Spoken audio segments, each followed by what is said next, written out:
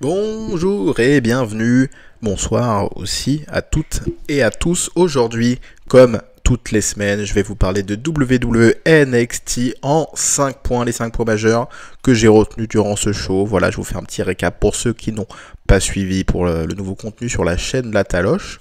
Je vous invite à partager cette vidéo si elle vous a plu, à laisser un like, un petit pouce dans les airs si elle vous a plu également, et aussi à commenter cette vidéo avec le hashtag la chaîne qui claque. Voilà, peut-être que j'inventerai un nouveau hashtag pour être un petit peu plus court. Pour tout le monde, on commence tout de suite avec WWE NXT en 5 points. Et premier point qui est un bon point, c'est le fil rouge qu'il y a eu tout au long de la soirée autour d'Undisputed Era qui venait attaquer les Face pour retrouver Tommaso Ciampa tout simplement. Voilà, c'est un bon point que j'ai vraiment apprécié, qui continue la rivalité entre Adam Cole et Tommaso Ciampa. Voilà, le fil rouge de toute la semaine, de toute la soirée, pardon. Si vous entendez un chat, c'est tout à fait normal, c'est mon chat qui essaye de sortir. Du coup, oui, pour en revenir à nos moutons, Tommaso Ciampa et Adam Cole sont toujours en rivalité pour le titre NXT. La semaine dernière, on a eu une signature de contrat avec du sang, ça nous a fait plaisir, et cette semaine, Undisputed Era veulent se venger des agissements de Tommaso Ciampa de la semaine dernière, et du coup, ils veulent le retrouver.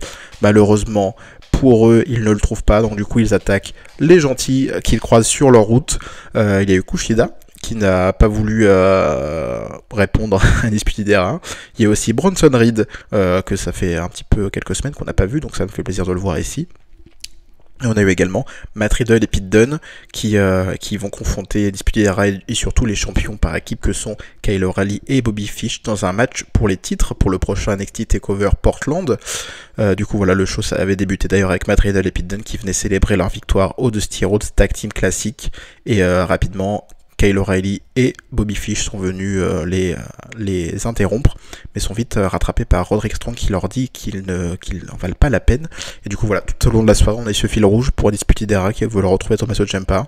Il y a eu beaucoup de bagarres, mais j'ai vraiment beaucoup apprécié ce genre de contenu qui nous reste tout au long de la soirée. Voilà, ça fait vraiment un fil conducteur que j'ai vraiment bien apprécié.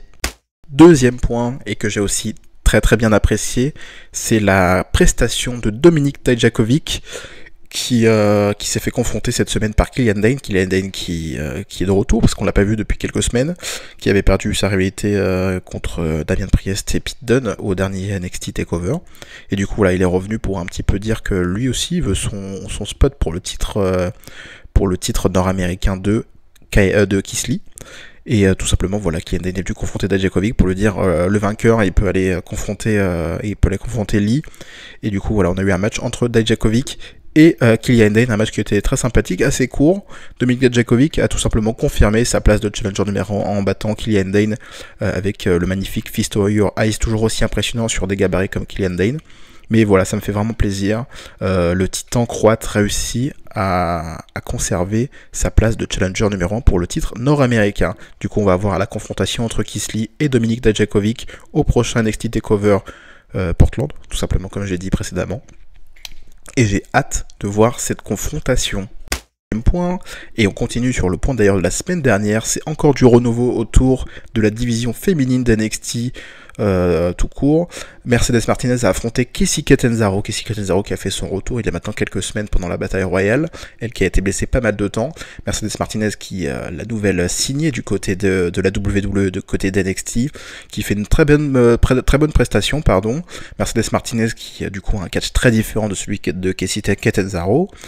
Kacy Catanzaro qui est tout simplement une voltigeuse, on pourrait le dire, un poids léger, très léger même, et Mercedes Martinez qui, je le rappelle, pour ceux qui l'ont peut-être oublié, a entraîné Shayna Baszler à l'époque où celle-ci s'est mise au catch. Donc voilà, ça vous dit un petit peu le style de catch qu'elle utilise.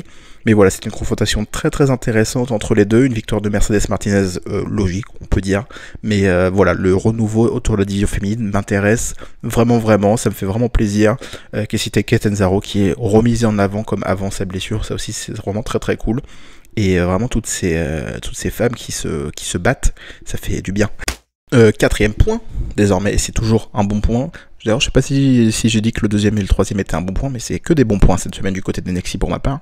C'est une confrontation entre Bianca Belair et Charlotte Flair, et également Rhea Ripley, du coup la championne d'NXT Women's. C'est de retour le titre Women's. Du coup, voilà, Charlotte Flair qui est venue pour répondre à la provocation de Rhea Ripley qui avait eu lieu à Raw. Monday Night Raw, je vous invite à aller pas voir le show, parce qu'il est beaucoup trop long, comme tous les Monday Night Raw, mais à voir les petites vignettes qu'il y a eu sur YouTube, sur le YouTube de la WWE. Belair est venue pour dire qu'elle était aussi challengeuse numéro 1 pour le titre de Rhea Ripley à NXT TakeOver Portland. Que peut-être qu'elle allait prendre le titre à Rhea Ripley, donc Charlotte Flair devrait mieux couvrir ses arrières, mais tout simplement, voilà, c'était une confrontation que j'ai vraiment beaucoup appréciée entre les trois femmes.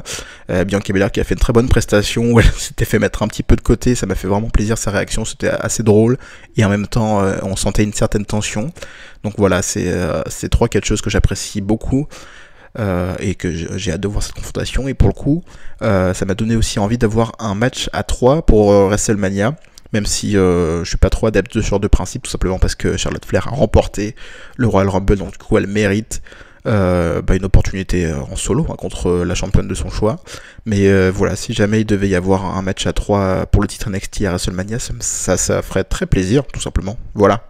5e point, qui est un bon point encore, comme je l'ai dit, que des bons points cette semaine à NXT, c'est le retour de Velveteen Dream, tout simplement après le main event qu'il y a eu entre Undisputed Era et Matt Riddle et Pete Dunne d'un côté.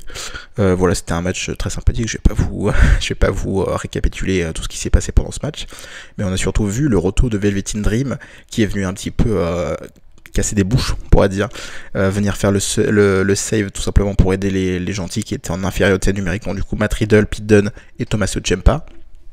Du coup voilà, c'était du 3 contre 4 et Velveteen Dream est venu un petit peu remettre tout ça en ordre, donc du coup on se retrouve avec du 4 contre 4, mais quelque chose me dit que Velveteen Dream il est surtout là pour se venger de Undisputed Era tout simplement.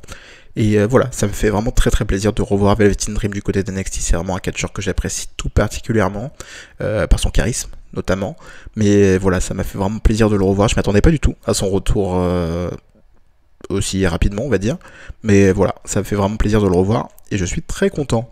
Voilà, on s'arrête ici, je vous ai pas parlé du coup de tout ce qui s'est passé à NXT, hein. C'est un peu le principe des 5 points, je garde que ce qui moi en tout cas m'a vraiment le plus marqué, que ce soit positif ou négatif, même si NXT c'est surtout du positif, mais on a eu aussi des très bons matchs hein, entre Angel Garza et un catcheur, je ne me rappelle plus, non, je suis désolé. Et aussi les débuts, tout simplement, de Jordan Devlin du côté d'NXT avec le titre poids léger, le titre Cruiserweight dans un très bon match contre Tyler Breeze d'ailleurs. Très sous-estimé d'ailleurs Tyler Breeze, ça fait vraiment plaisir de le voir ici. Voilà, on s'arrête tout simplement ici. Je vous invite à commenter si ça vous a plu, à partager toujours si ça vous a plu, à mettre un petit pouce vers le haut, toujours encore également si ça vous a plu, et on se retrouve la semaine prochaine si vous écoutez que ces 5 points du côté d'NXT, et très rapidement si vous écoutez les 5 points, parce qu'on va passer à AW Dynamite très rapidement sur la chaîne. On se dit à la prochaine, allez, bisous.